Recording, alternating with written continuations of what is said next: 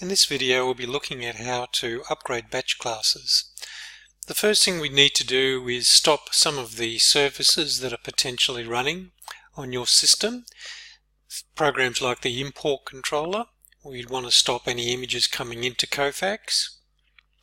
And we'll want to stop some of the background processes like the export, the recognition and the PDF components. So it's best to stop these services before we decide to deploy and upgrade any other batch classes. The next thing we'll do is we will launch the Kofax Capture Administration program, and this is the tool we'll use to install the batch classes. As part of any upgrade or update, the best thing to do is to export all your batch classes and save them to a secure network location. It's best to put on a network that's being backed up, so that in the event of an issue with the batch classes being installed or a replacement of the machine, you can just automatically import the batch classes. So pick an appropriate network location, define the batch class export process, and make sure you've selected all your possible batch classes so that you can export them all at once. Once you've exported your batch class, the next task we will do is we will look at the indexes that are currently being used by the batch classes, and what we would like to do here is to ensure that if you have made any changes to the batch classes from its factory default settings, that you ensure you have those details. We did recommend in previous processes and previous videos that if you decide to hide or make available to you additional indexes as part of your defaults, that you would have and should have documented all of these settings, so that when we do apply the new batch classes, you will have the possibility of going back and resetting them back to your defaults. So I encourage you to look at some of the batch classes, make sure the settings are correct, and then I'd like you to start deleting the batch classes that you're going to upgrade. So in this case, I'm going to be deleting the ATO batch class, the BAS batch class. I'll also delete the notice of assessment and the statement of account, because they're the batch classes that I wish to upgrade. So I've chosen to delete those. The next thing I'm going to do is now find the new replacement batch classes. So you would have been given some CAB files. Find your appropriate CAB file and import those files. The process is basically you add them to the selected batches, select replace, and ensure you tick the box import batch class assignments and click import. So that will now bring across the newly designed batch class. You can click the OK button here, and then what we would like to do is for each site, let's have a look at an existing batch class by clicking on the properties of that and looking at the image folder path. Currently your system's set up for a different image folder path. Copy those and ensure your new batch class receives those settings. These are site specific. So you might be pointing to a server and not the local machine. So it's very important if you've got a network version that you're pointing to the network server location. Once you've done the adjustments, you can publish the batch class.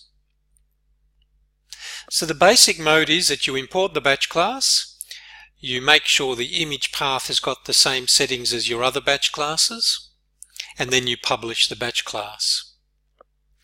So now we're just going to import the BAS batch class. It unpacks it. We add it to the right hand side and make sure those two are selected and run the import process. We can now right mouse click on the batch class that hasn't got a tick on it, check the properties of the image folder path, make sure that you've copied and pasted your new image path, and then publish the batch class. You will see on a batch class that you might get an enhanced barcode engine warning. That's fine, just accept it and continue. You should end up at the end of the day with a successful publication. So once you've done all of those and all your other batch classes,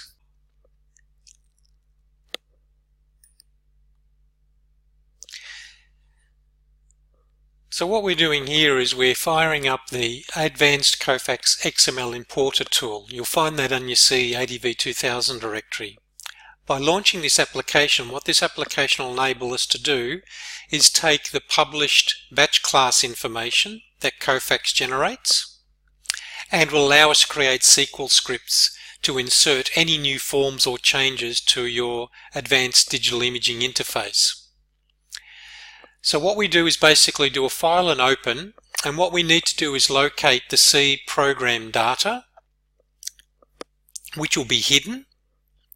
We'll be looking for a directory there called Kofax, and inside that Kofax directory we'll see a capture directory, and within that capture directory we'll need to locate the pub types. Now this is where XML files are being generated directly from Kofax when you publish. For those that have Kofax installed in a server mode, you would have had a Capture SV share generated.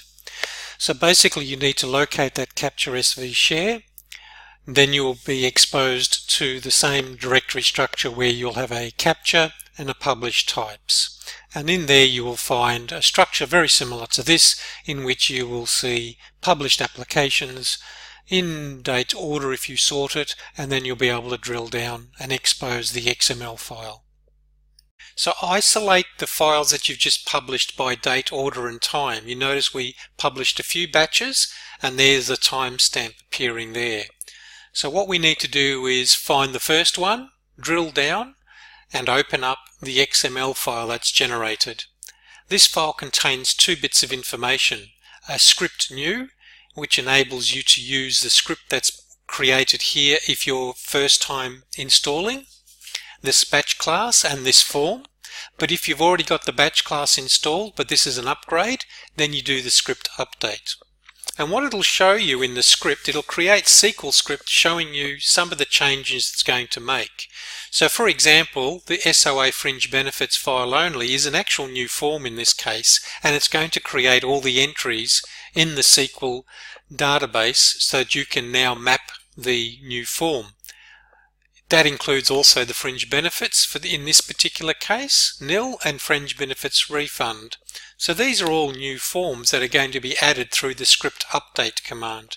There's also some extra indexes that are made available in this new publication.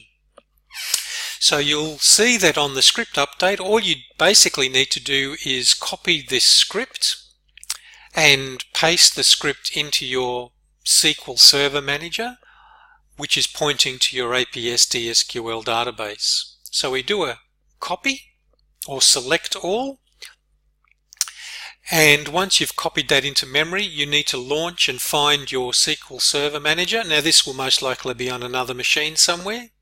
You need to connect to your SQL Server Manager.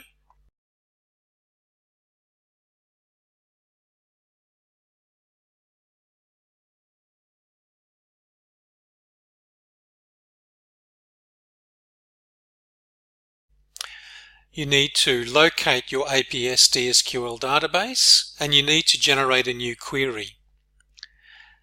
As long as your new query is pointing to the APSD SQL database, then all you need to do is populate the query window with the new copied SQL script. So you just run a paste and then hit execute. And this will update the current databases with all the new additions and changes that are made to the batch class and forms for the selected batch class. In this case, it's the notice of assessment, or sorry, the statement of account batch class. So now you repeat the process. We do another file and open. We select the next published batch class. We double click on the XML file. we choose the script update and we right mouse click, select copy, then hand that over to your SQL Server, create a new query and make sure that you're executing it against the APS DSQL database. So just repeat the process for all the new batch classes in which you have just performed an update. Now that you've successfully updated the forms, you can now activate your digital imaging interface and proceed with mapping the new forms so that you can file them within your document management system. And in the particular case of notice of assessments and statement of accounts, you'll have some forms that you'll want to add events like the tax assessment update event.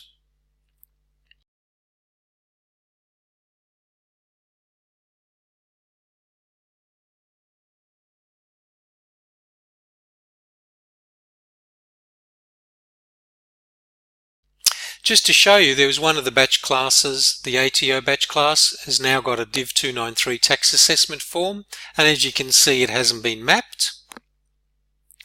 So you can go ahead and find a form that matches the mapping and use that as the template to map all your new forms. In this case, we're seeing that this is mapped to a virtual cabinet environment, and the form dividend for income is something that closely relates the same mapping conventions that we would like to duplicate. So at this point in time, you could duplicate the settings from one form and use it against another form, or a bunch of forms that have the same filing conventions. So by using the duplicate function, you can say the Div 293 will now take on the same settings as the dividend income, both for the details page, which is the filing page, the events page if there has any events assigned to it, and the attributes page which has an attribute value. So you can pick and choose which one of these you would like to duplicate to the new form, and it just informs you that you're now going to duplicate the settings across. So this could be quite helpful if we've added lots of new forms to any of the particular batch classes that you've just performed an upgrade on. So as you can see here, the Div 293 now contains exactly the same settings for the details page, the events page, and the attributes page.